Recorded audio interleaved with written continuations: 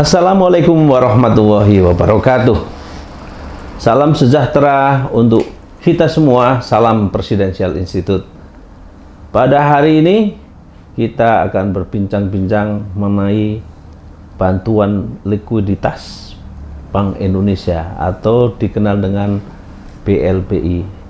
Apa kabar BLBI? Ya, tentu kita akan mencerahkan tentang BL ini dengan ahlinya. Nah, pada hari ini tamu kita adalah Sasmito Hadinegoro. Assalamualaikum Pak Sas. Waalaikumsalam warahmatullahi wabarakatuh Pak Amin. Sehat ya? Alhamdulillah. Alhamdulillah. Dengan ridho Allah sampai detik hari ini kita di tengah pandemi corona selalu dalam lindungannya Allah Subhanahu wa Amin, Ta'ala. amin ya Rabbal Sehingga alamin. kita alhamdulillah sudah 2 tahun lewat, kita alhamdulillah diberi kekuatannya, sehat, selamat, dan insya Allah bisa tetap istiqomah Amin, menegakkan amar ma'ruf nahi munkar. Itu yang paling penting. Nah, pemirsa Presidensial Institute, Pak Sasmito Hadinegoro ini adalah Ketua Lembaga Penyelidikan Ekonomi dan Keuangan Negara. Luar biasa. Tapi selain Ketua Lembaga Penyelidikan Ekonomi dan Keuangan Negara, beliau juga sebagai Ketua HMS, Himpunan Masyarakat Sejahtera. Jadi kalau yang hidupkan masyarakat sejahtera. Jadi kalau mau sejahtera, dekat-dekat dengan Pak Sas. Ya. Ngaten nggih, Pak Sas. Iya, insyaallah. Pak Sas. Ya. Ini masalah BLBI ini kan seperti mengurai benang kusut yang seringkali diteriakkan, seringkali disinggung, seringkali di demo tokoh-tokohnya yang terlibat, tapi kok sakti sekali kelihatannya ini BLBI. Kenapa? Ada apa dengan BLBI kita? Dan sebenarnya berapa total kerugian negara sampai hari ini? Mungkin rakyat Indonesia, pemirsa, itu harus diberi pencerahan dan harus diberitahu, Pak Sas. Monggo Pak Sas. Terima kasih Pak Amin. Nggih. Saya sungguh sangat prihatin kalau selama ini menyinggung masalah kasus BLBI GIT. Yang terakhir saya di Indonesian Lawyer Club oleh Bang Karni Ilyas bersama Bung Rizal Ramli, bersama Pak Kwek Yangi, bersama Prof. Yusril, Mas Fuad Bawasir, dan termasuk kuasa hukumnya Samsul Nur Salim itu, Oto Hasibuan dan Pak Madir Ismail. Jadi Pak Oto Hasibuan dan Pak Oto Hasibuan dan Pak Madir Ismail waktu itu rame-ramenya kasus Safruddin Tumenggung di dalam konteks penyalahgunaan fasilitas BLBI yang menyeret Safruddin Tumenggung ke KPK.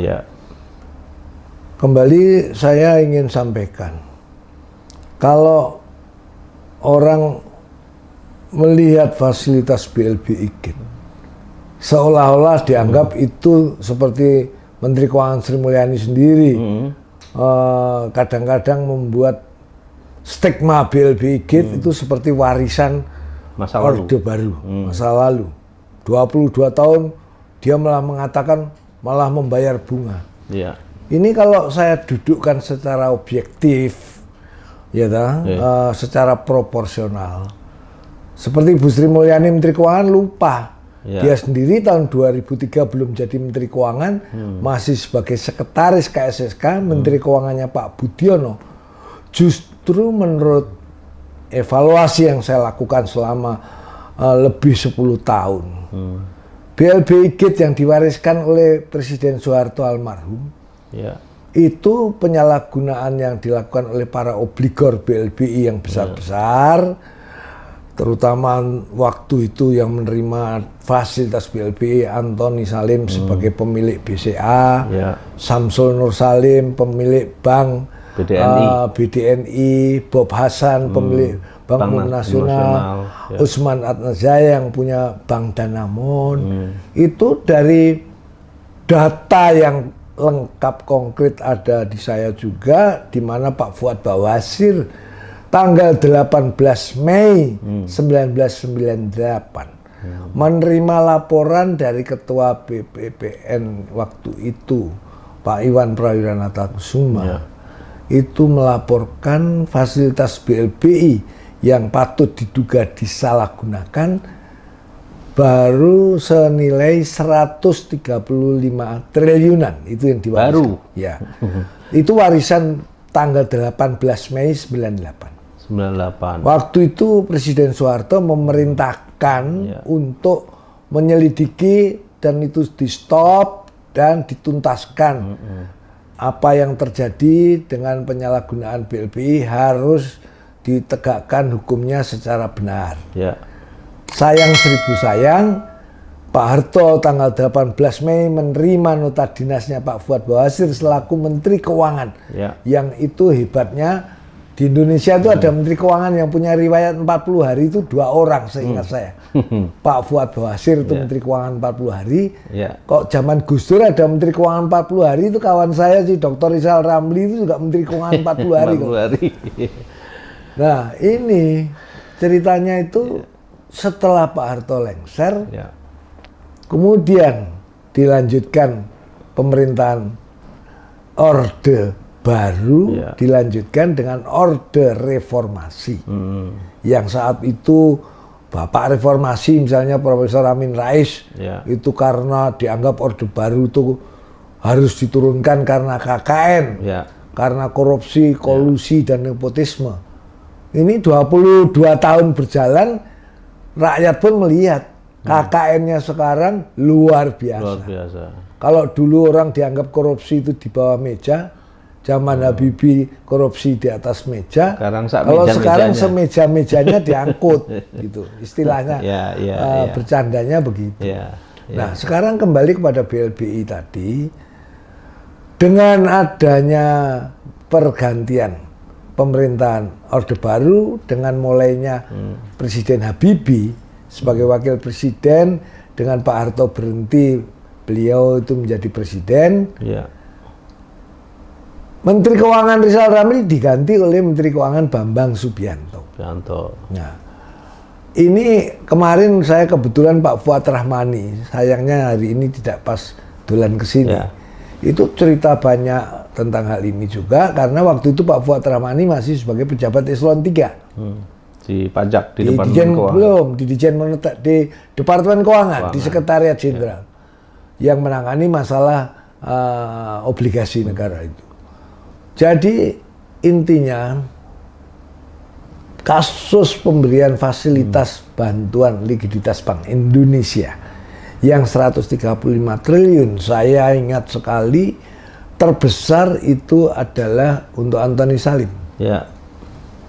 Antoni Salim itu sebetulnya di dalam kasus BLBI menerima fasilitas itu 33 triliun, bukan 53 triliun. Pada waktu itu? Yang pada waktu Pak Harto. Hanya ini ceritanya harus dijelaskan di sini supaya publik itu paham. Betul. Antoni Salim menerima fasilitas BLBI untuk BCA yang dimilikinya. Di mana Antoni Salim pemegang saham 93% BCA. Terus pada saat itu di samping Antoni Salim yang menerima fasilitas BLBI terbesar juga Samsul Nur Salim, pemilik BDNI, yang menggunakan fasilitas BLBI sekitar 32 triliunan. Terbesar kedua itu ya? Samsul Nur Salim. Hampir sama dengan Usman Atmajaya yang hampir 32 triliunan juga, pemilik Bank Danamon, Usman Atmajaya.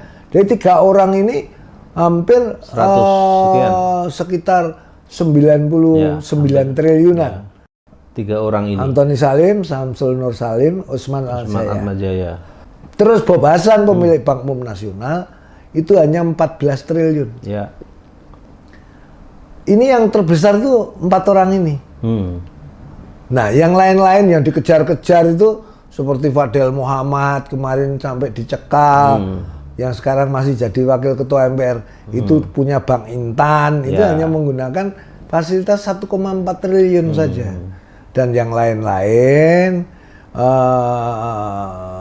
nilainya itu yang membuat jumlah itu dari 99 triliun yang sekitar 37 triliun itu orang banyak itu yang kecil-kecil itu. Ada seingat saya malah Bank Mataram di Jogja saja itu juga terima fasilitas BLBI 55 miliar. Dan kecil lah. Di bawah 100 miliar, ada yang 200 miliar. Sebenarnya dengan kasus warisan Pak Harto yang 135 triliun itu harusnya saat itu dapat diselesaikan, dituntaskan dengan difokuskan pengusutannya.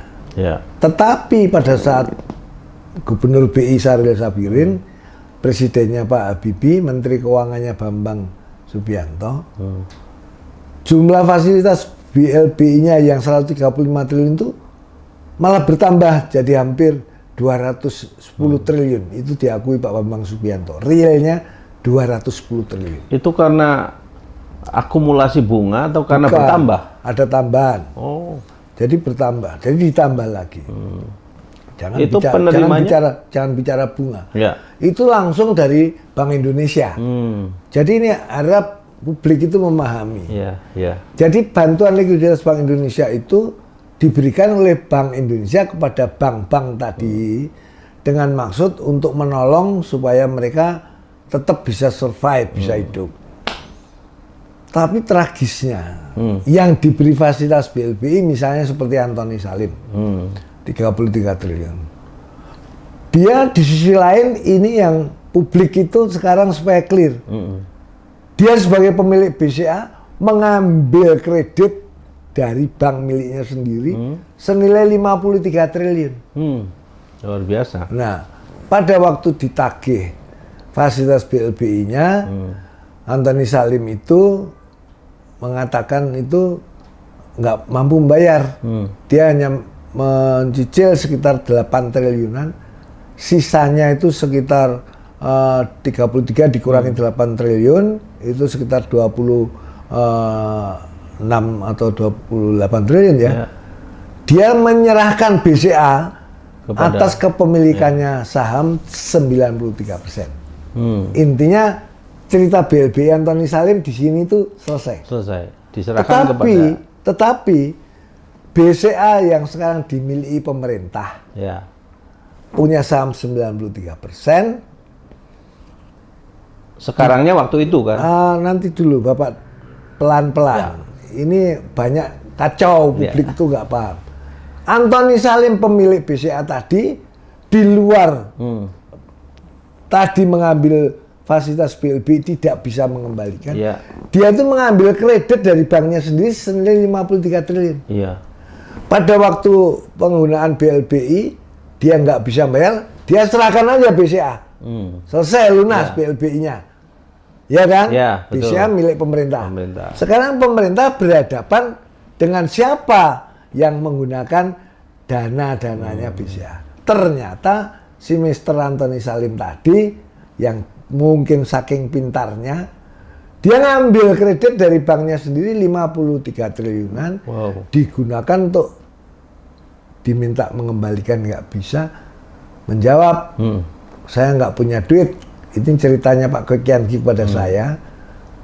Antoni nggak bisa bayar, dia hanya membayar cash 100 miliar dan menyerahkan 108 perusahaannya. 108 perusahaan Antoni Salim itu yang terbesar adalah antara lain PT Astra, terus Gulaku, pabrik gula di Lampung yang Gulaku yang sekarang punyanya Gunawan Yusuf itu, dan lain-lain. Indofood. Ya, termasuk mungkin. Jadi intinya, nilai 53 triliun penggunaan fasilitas kreditnya BCA oleh pemilik sendiri diserahkan dengan dibayar untuk seperti disebut Pak Mahfud MD itu, wah kalau Antoni Salim sudah selesai, udah clear, diberi surat keterangan lunas. Surat keterangan lunasnya itu dianggap karena Antoni Salim menyerahkan 108 perusahaan plus duit 100 miliar. Tetapi apa yang terjadi? Pak Habibie sendiri sebagai presiden waktu terjadi hal seperti itu mengatakan kepada Menteri Keuangan juga bahwa pemerintah itu tidak butuh menerima pelunasan fasilitas kredit dengan penyerahan aset-aset itu. Mintanya cash. Ya. Nah, ternyata perusahaan yang diserahkan 108 itu yang dianggap 53 triliun nilainya dijual obral lewat BWPN, yang tragisnya nilainya hanya 20 triliun saja. Sehingga pemerintah kan harus nanggung rugi 33 triliun. Padahal sebenarnya kalau bijak pendekatan untuk menyelesaikan hal seperti ini, itu saya sempat diskusi dengan sahabat saya yang di Kejaksaan Agung, yang nggak perlu saya sebut namanya, yang kawan ini termasuk pejabat tinggi di Gedung Bundar.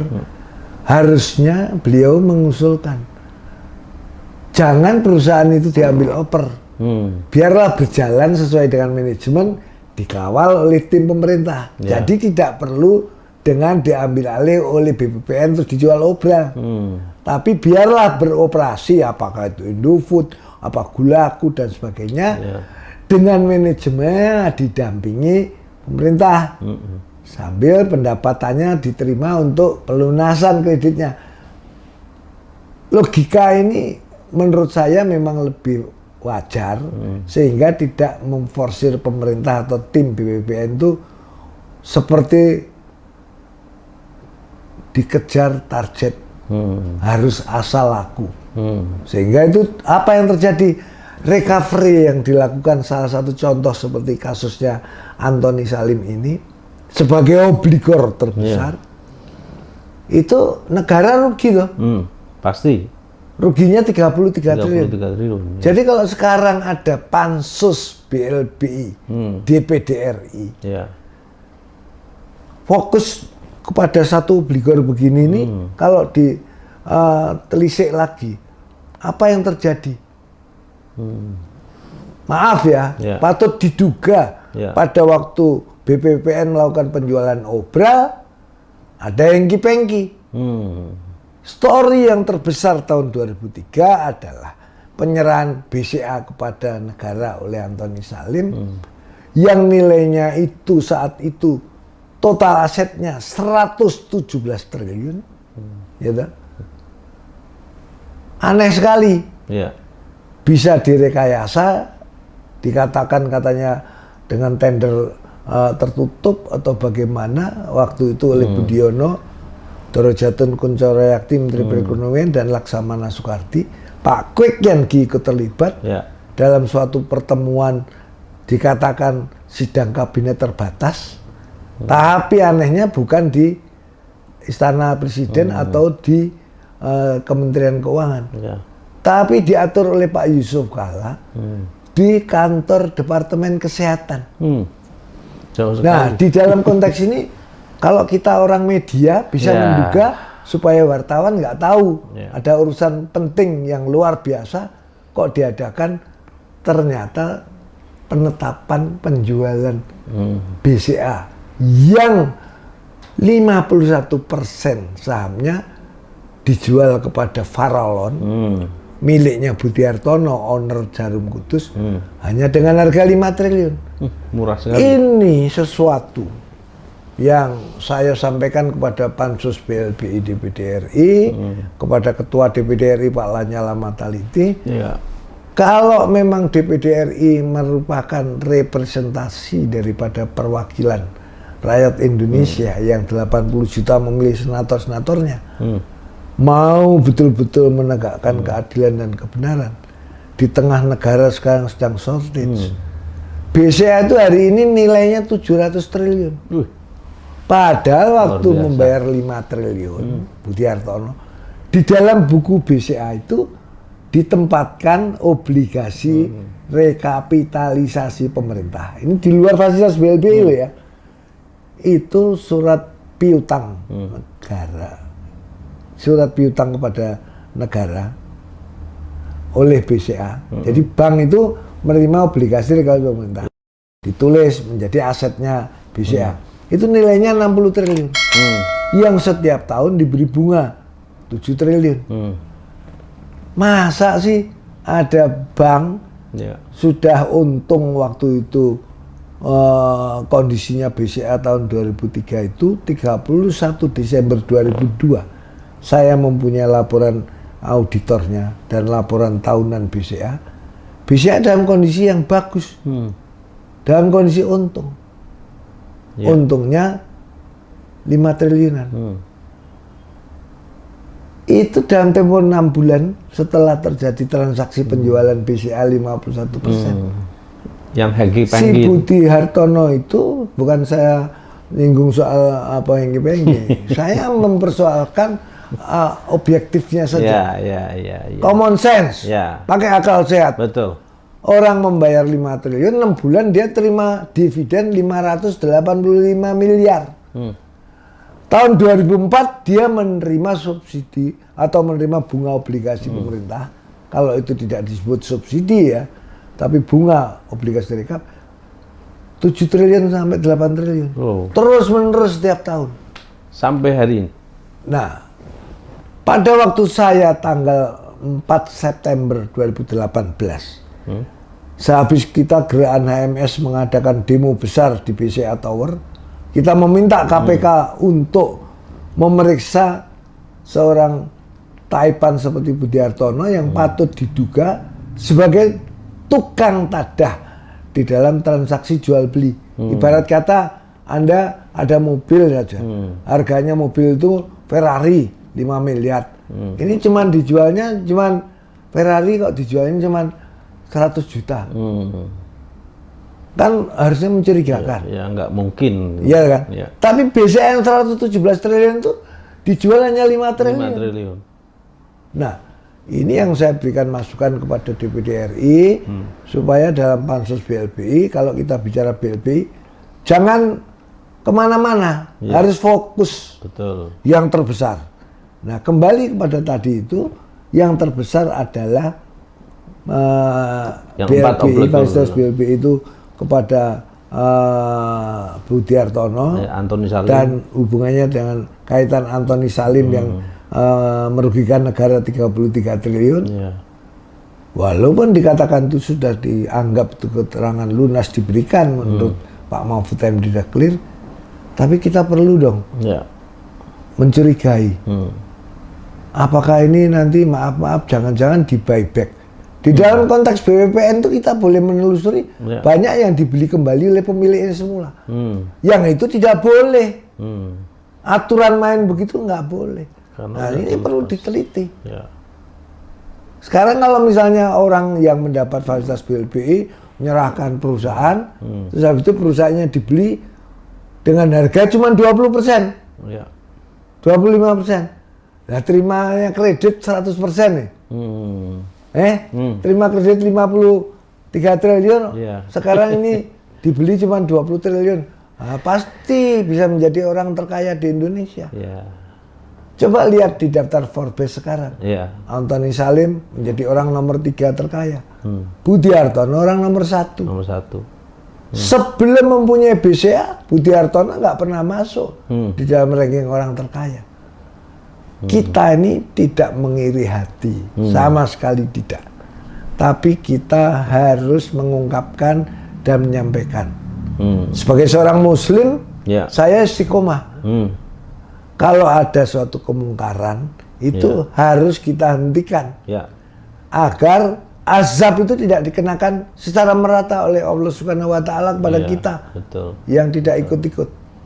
Ini sudah saya sampaikan di forum pesantren seluruh Indonesia, di Bondowoso, di dalam forum pertemuan pesantren seluruh Indonesia yang dipimpin Kiai Maksum, saya diminta berbicara, pada waktu itu sudah saya jelaskan. Dampak daripada BLBI Gate ini di luar yang 135 triliun menjadi 210 triliun waktu zamannya Pak Habibie. Ternyata pada waktu Budiono Menteri Keuangan Kabinet Megawati, dengan mengikuti arahan IMF, yang 210 triliun ini, kemudian tragisnya justru fasilitas BLBI itu kok bisa pokoknya dimakap menjadi 430 triliun. Terus harus diberi bunga selama 10 tahun sampai dengan sejumlah 600 triliun. Artinya apa? Pemerintah ini dalam kondisi dikemplang oleh obligor-obligor besar.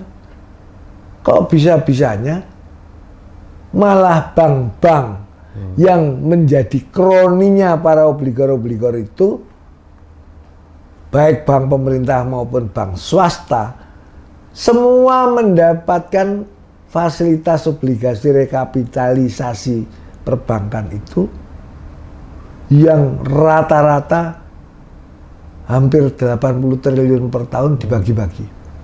Yang itu sampai dengan periodenya SBY berakhir, saya ungkapkan, dana fresh yang berasal dari pajak yang disetor ke APBN sejumlah 960-an triliun untuk membayar bunga obligasi rekapitalisasi pemerintah. Jadi utang BLBI yang Pak Harto dikatakan mewariskan 135 triliun. Sekarang ini publik ini harusnya paham. Kok aneh, reformasi menjadi repot nasi. Kenapa? Wong warisannya Pak Harto 135 triliun harus dituntaskan. Mestinya setelah Pak Harto lengser, presiden berikutnya harus menuntaskan dong. Malah tambah. Tapi justru bukan bertambah, malah diberi bunga. Ini Sri Mulyani mengatakan, pemerintah kita membayar bunga 22 tahun. Sekarang terus ribut, ada tim Kepres BLBI, Pak Jokowi, karena saya tagih di dalam share WA saya, Anda bisa meneliti janjinya Pak Jokowi bila mana dipilih sebagai presiden tahun 2014 dan 2019, janji komitmen politik Pak Jokowi mau menuntaskan BLBI. Betul. Saya menganggap itu adalah komitmen politik. Saya tagih. Baru kemarin 2021 bulan Maret April dibentuk tim Kepres BLBI. Yang ketuanya Pak Mahfud ya? Yang ketua Dewan Pengarahnya Pak Mahfud, Profesor Mahfud MD selaku Menko Polhukam, dan Dewan Pengarahnya ada Pak Luhut Panjaitan, ada Bu Sri Mulyani, dan yang lain-lain. Ini dalam pandemi Corona. Seolah-olah dengan lockdown dan sebagainya. Urusan yang sangat serius. Kasus BLBI Gate adalah kasus korupsi terbesar sejak Indonesia merdeka. Sepanjang sejarah. Saya sudah katakan ini di dalam forum ALC 7 Juli 2018. Kemudian kita mendemo 3 kali ke KPK, ke Kementerian Keuangan. Saya ingat semua. Tanggal 16 Juli, tanggal 26 Juli, dan tanggal 3 Agustus 2018. Yang maaf, kita mungkin patut mempertanyakan apa yang terjadi. 26 Juli malam saya dapat informasi juga Antoni Salim menggandeng Budi Hartono menghadap Presiden Jokowi ke Istana Bogor. Nah, patut diduga apakah dalam pertemuan dengan Presiden ada hal yang terkait dengan BLBI Gate atau BCA Gate yang tanggal 3 Agustusnya kita demo besar-besaran, dokumentasinya bisa ditanyakan pada Sekjen Gerakan EMS Mas Harjuno. Itu kami 4 September diundang resmi oleh KSP Jenderal TNI Dr. Muldoko dikonfrontir bertemu dengan Budi Hartono. Tapi Budi Hartono nggak berani hadir, kelihatannya dia memerintahkan putranya yang Arman Budi Hartono yang kebetulan Vice President Bank BCA, didampingi oleh Suburtan, dia direktur Bank BCA, dan humasnya Jarum Kudus yang namanya Yan Haryadi. Disaksikan oleh mantan Jam Intel Dr. Samsu Jalal dan Saudara Arjuna Wibowo sebagai Sekjen. Dipertemukan. Pak Muldoko waktu itu mempersilahkan saya untuk menjelaskan klarifikasi dengan demo besar terkait BLBI GIT yang saya sebut yang utama adalah BCA GIT. Di sanalah terungkap. Saya mengatakan kepada Pak Muldoko dan Arman Budi Hartono bahwa secara terbuka mengatakan Pak Jokowi pemerintahan rezim ini sampai 2024 kalau kondisinya shortage harusnya mengambil oper kembali BCA yang hari ini nilainya 700 triliunan. Kenapa? Dulu patut diduga dengan seolah-olah membayar 5 triliun, ya toh?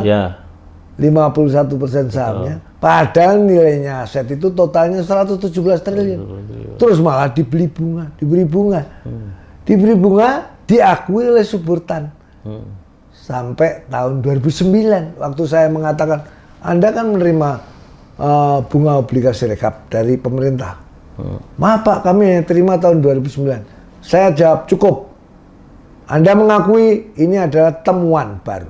Ini yang Pak Mahfud MD harus menilai. Persoalan ini belum masuk ke meja hijau, jadi tidak bisa disebut sebagai novum. Tapi justru ini adalah fakta temuan baru yang dengan diakui menerima dana APBN itu 70% dari pajak. Itu berarti uang rakyat diberikan untuk membeli bunga kepada BCA. Yang 7 triliun per tahun itu sampai 2009. Jadi kalau 2004, 25, 26, 27, 28, 29 6 tahun terakhirnya saja itu diakui. Kalau rata-rata dianggap 8 triliun berarti 48 triliun mengalir begitu saja. Bukan ngalir, itu masuk sebagai pendapatannya BCA. Iya, maksudnya itu berarti BCA yang bayar 5 triliun itu dia besoknya itu 2004 sampai 2009 diakui menerima bunganya yang fresh money dari APBN. Kalau fasilitas BLBI jangan dicampur aduk ya. Jadi rakyat itu harus paham antara fasilitas BLBI kepada banknya dengan setelah bank itu direkapitalisasi masih diberi bunga. Jadi bunga obligasi rekap ini kan seperti seolah-olah pemerintah memberikan subsidi kepada bank-bank rekap yang sudah beruntung. Ini luput dari perhatian publik.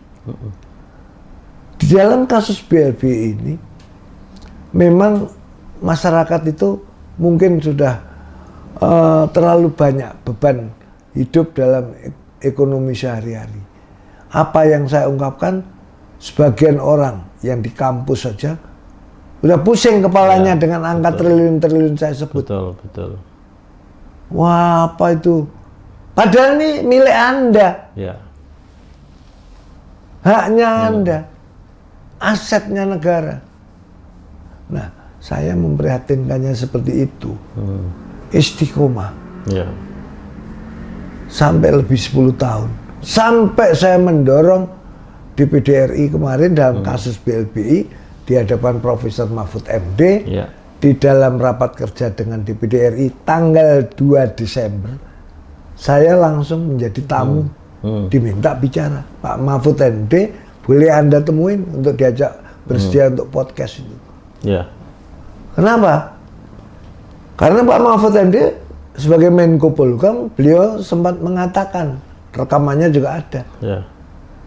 Kalau beliau merasa hanya ditugaskan sebagai tim Kepres menagih senilai 110 triliun saja. Saya membantah. Ya. Yang harus dikolek itu bukan hanya 110 triliun, Pak. Lebih dari 1000 triliun. Duh, kok bisa? Nah, saya menemukan fakta dan data. Yang patut didalami adalah bank-bank rekap itu semuanya bank pemerintah termasuk Mandiri, BRI, BNI, BTN, dan bank-bank swasta semua hampir kompak di dalam laporan keuangannya kata-kata penerimaan pendapatan bunga obligasi rekapitalisasi pemerintah. Itu kata-kata rekapitalisasinya ini quote unquote dihapus. Satu-satunya bank yang jujur hanya BRI pada waktu Sofyan Basir sebagai dirut BRI. Di catatan kakinya malah ada tulisan pengembalian obligasi rekapitalisasi pemerintah dan bunganya kepada negara. Nah, dalam konteks yang seperti ini, sesungguhnya fact finding yang memprihatinkan. Mengapa KPK, Kejaksaan Agung, mereka tidak bergeming untuk mau mendengarkan laporan kami juga ke KPK beberapa kali sejak zamannya Pak Busromo Kodas. Saya istiqomah karena saya yakin kalau saya istiqomah itu berkahnya lebih dari 1000 karomah. Itu saya yakin. Nah, sampai kepada DPD RI saya diundang, saya sampaikan. Sehingga DPD RI sebagai representasi perwakilan rakyat yang memilih Anda sebagai senator-senator yang lebih 80 juta orang, itu wajib dong untuk mengusut kembali. Bukan kita itu mau berpretensi mau mempidanakan orang. Saya mendiskusikan dengan kawan saya baik di Kejaksaan Agung bahwa dengan kasus-kasus yang merugikan negara ratusan triliun sampai 1000 triliun lebih itu seperti BCA. Dengan adanya pendalaman, kalau tempo hari bisa direkayasa untuk dijual obral, negara itu kan punya kekuatan. Sekarang bisa memanggil Budi Hartono, ya toh? Memanggil Menteri Keuangan, memanggil Jaksa Agung, memanggil Kapolri. Ini ada yang nggak benar. Mumpung ada tim Kepres, Pak Mahfud MD kan ahli hukum. Kalau ada temuan begini, saya berani dikonfrontir. Mari kita ke pengadilan. Apa? Ini ada fraud. Betul. Nggak benar ini. Nggak masuk akal. Barang 117 triliun. Kok bisa dibayar 5 triliun terus diberikan?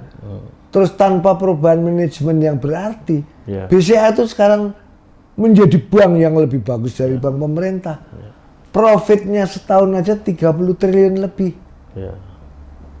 Lah, kayak begini kok dibiarkan. Inilah saat ini dengan adanya tim Pansus BLBI DPD RI yang kebetulan Saudara Harjuno Wibowo sekarang menjadi staf ahli di DPD RI. Ini sesudah lockdown nanti harusnya ditindaklanjuti. Mudah-mudahan. Saya ada beberapa hal yang dapat disebut sebagai truth card. Saya nggak bisa menyebutkan di sini. Pertanyaan Pak Amin tadi, mengapa ini kok tidak bisa tuntas? Berlarut-larut sampai lebih 22 tahun. Yang saya capek gitu. Tahulah apa yang terjadi.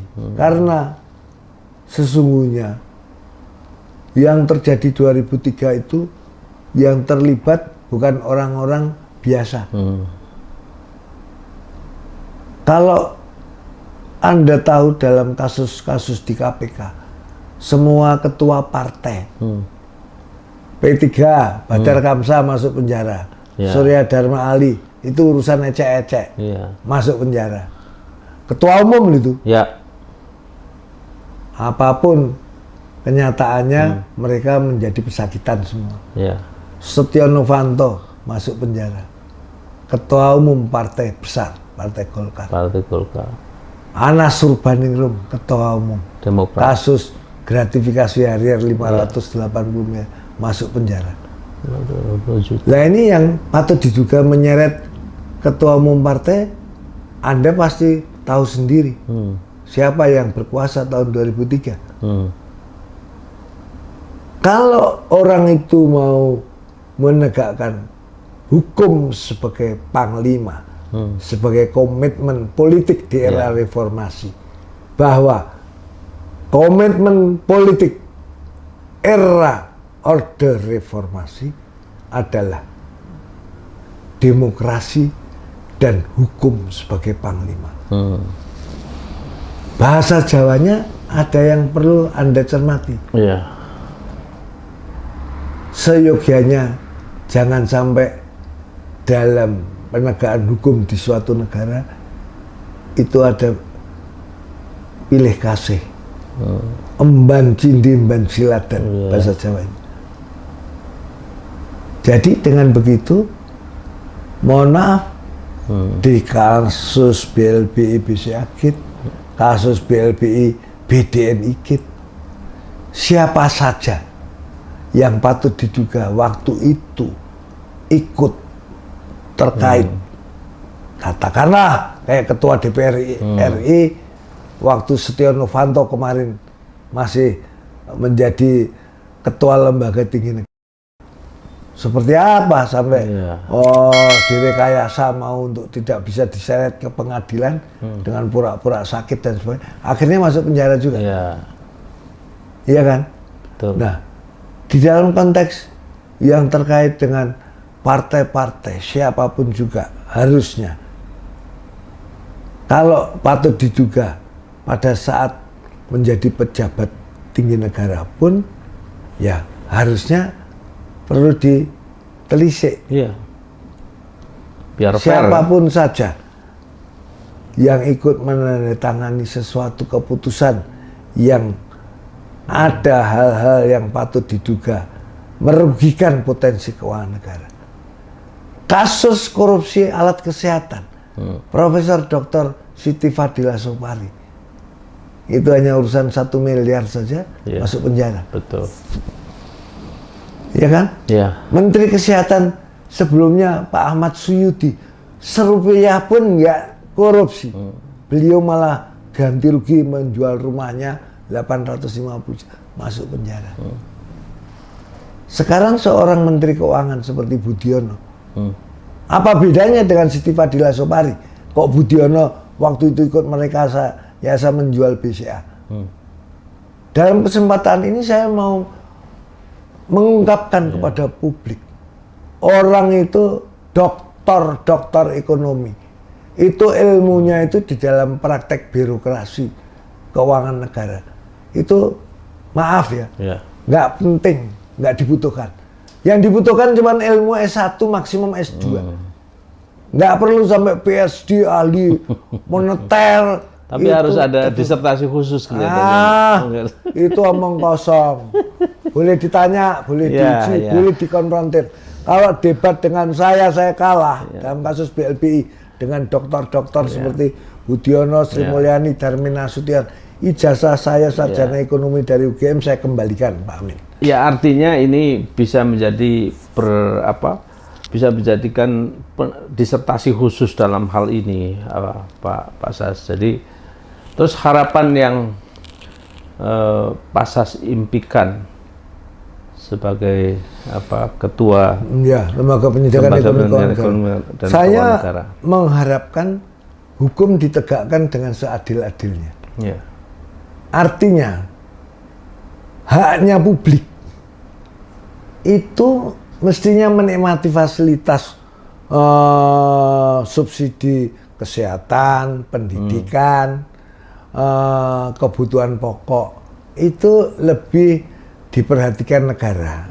Dengan jangan beralasan tidak ada APBN anggarannya.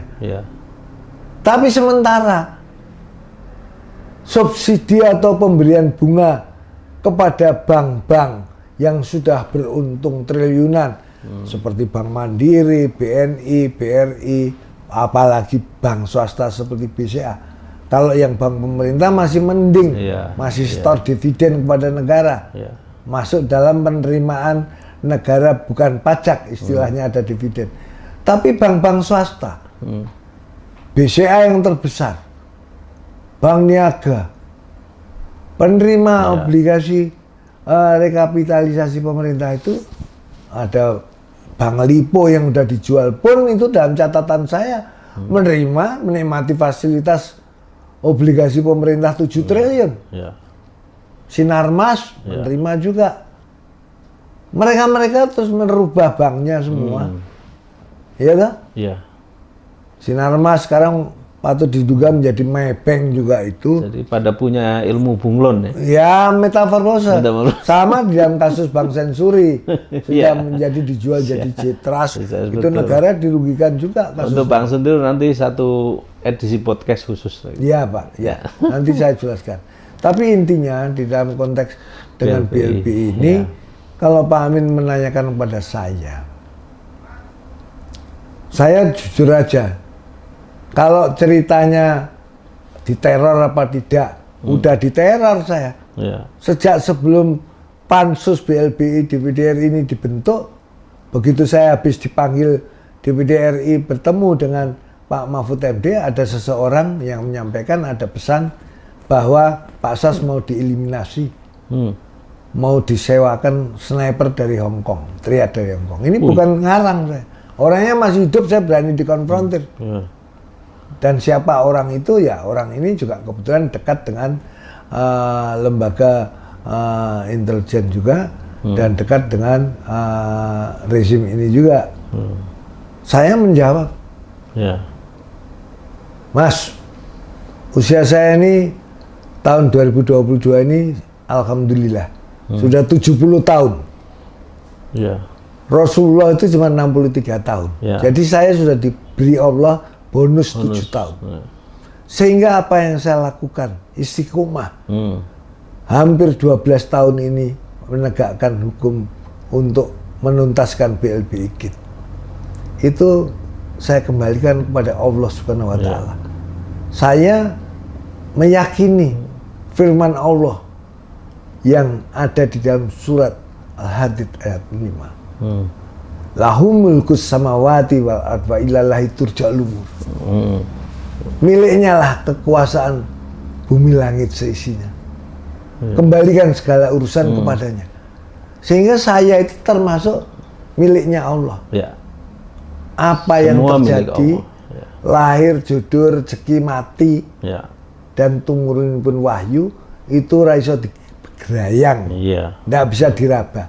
Orang itu apakah mau matinya karena corona, apa karena sakit jantung, apa karena kena stroke, apa karena dieliminasi, entah di arsen atau maaf, ada sniper dan sebagainya. Semuanya kembalikan kepada Allah. Saya terus terang waktu menjawab begitu, yang menyampaikan kepada saya, ini pesan ini dari obligor Mas. Dia bilang pada saya, oh enggak apa-apa saya. Obligornya yang terbesar siapa, saya juga tahu. Kasus Samsul Nur Salim, mengapa begitu kenceng juga berusaha, dia tidak mau dipanggil datang sudah jadi tersangka kasus Safruddin Temenggung. Saya diskusikan sama Pak Kekianki. Kasus di Pasena yang 4,8 triliun menggunakan fasilitas BLBI-nya yang 32 triliun. Itu berarti kalau dianggap itu di SP3 kan kasus di Pasena yang 4,8 triliun itu Safruddin Temenggung bebas, yang sisanya 28 triliun bagaimana dong? Belum ada, belum selesai. Kalau dikatakan ada yang namanya MSAA, Master Settlement Agreement, Master Settlement Acquisition Agreement, sudah ditandatangani. Saya yakin belum selesai itu, belum diteken. Itu yang Samsul Nur Salim. Yang Antoni Salim, Dikatakan oleh Pak Mahfud MD, itu sudah selesai Pak, ini udah clear. Maaf, tar dulu dong, boleh dong. Kita rakyat ini bertanya. Saya ini sebagai senior citizen, boleh dong ikut mewakili rakyat Indonesia. Bro, negara rugi 33 triliun kok enak aja. Bilangnya udah selesai. Urusannya tutup buku. Gareng ya mau itu. Tak kasih kamu gareng. Ini BLBI 53 triliun, kamu bikin perusahaan, habis itu kamu jual dijual 20 triliun dah lunas. Nah negara itu duit yang dipakai untuk mengcover 70% APBN itu dari uang pajak yang disetor oleh rakyat, termasuk Pak Amin dan Anda yang rakyat semuanya ini. Entah itu dari pajak di restoran, pajak untuk bayar kendaraan dan lain-lain, pajak bumi bangunan. Itu semuanya itu adalah bagian daripada tanggung jawab rakyat. Oke, Pak, saya sebagai closing statement dari pertemuan ini tentang BLBI yang tentu harus dicermati, direnungi oleh seluruh rakyat Indonesia dan yang berkompeten tentu dengan para pejabat-pejabat pemangku yang pemangku yang ada. Ya. Menurut hemat saya, ngobrol 1 jam ini nggak cukup. Iya, betul. Saya itu kalau ngomong tentang BLBI GIT dan turunannya, itu sampai 5 jam bangun tidur Anda tanya, saya hafal semua. Itu kenapa kok demikian? Saya itu istiqomah. Saya tidak pernah mau diajak ngomong UUD 45 dan lain-lain lah. Kasus-kasus yang pemindahan ibu kota negara. Saya silahkan kawan-kawan aktivis yang lain. Karena sumber daripada semua ini, kalau Anda tahu, duit dari BLBI GIT ini itu lebih daripada 1.500 triliun yang terjadi. Coba Anda bayangkan, kalau bunganya saja 960 triliun, sekarang lebih 1.000 triliun. Dengan fasilitas BLBI-nya dulu, asetnya yang dijual dengan diskon, yang di cover harusnya 210 triliun. Itu kemudian dihitung 430 triliun. Itu hanya dibayar 20%. Hanya dibayar 40 triliunan. Terbukti apa? Selalu dalam perjalanan era reformasi, pemerintah ini nggak pernah fokus untuk menuntaskan BLBI GIT. Dan bunga obligasi rekapitalisasi pemerintah tersebut patut diduga di markup. Kasus satu saja saya sebut, Bank Mandiri. Yang itu realnya menurut Tony Prasetyantono juga mengakui waktu saya diminta bicara di Fakultas Ekonomi UGM tahun 2014 kemarin. Harusnya obligasi rekap Bank Mandiri itu cukup 100 triliun. Dan sudah saya cek kepada almarhum Nelu, Dirut Mandiri mengakui Pak Sos benar. Tapi apa yang diberikan oleh Departemen Keuangan? Obligasi rekapnya 173 triliun. Berarti yang 73 triliun itu, maaf ya, patut diduga fiktif. 73 triliun itu bunganya kalau 10% 1 tahun. Itu Sri Mulyani mengatakan 22 tahun. Kalau 1 tahunnya itu 10% yang fiktif itu 7 triliun. Kali 22 tahun. Berarti 154 triliun Bank Mandiri itu menerima hasil markup obligasi rekap. Itu satu bank pemerintah. Bank-bank yang lainnya, serupiah pun uang APBN itu harus dipertanggungjawabkan. Kalau itu dimasukkan di dalam APBN sejak zaman SBY saja 2004 sampai 2014, 10 tahun ya.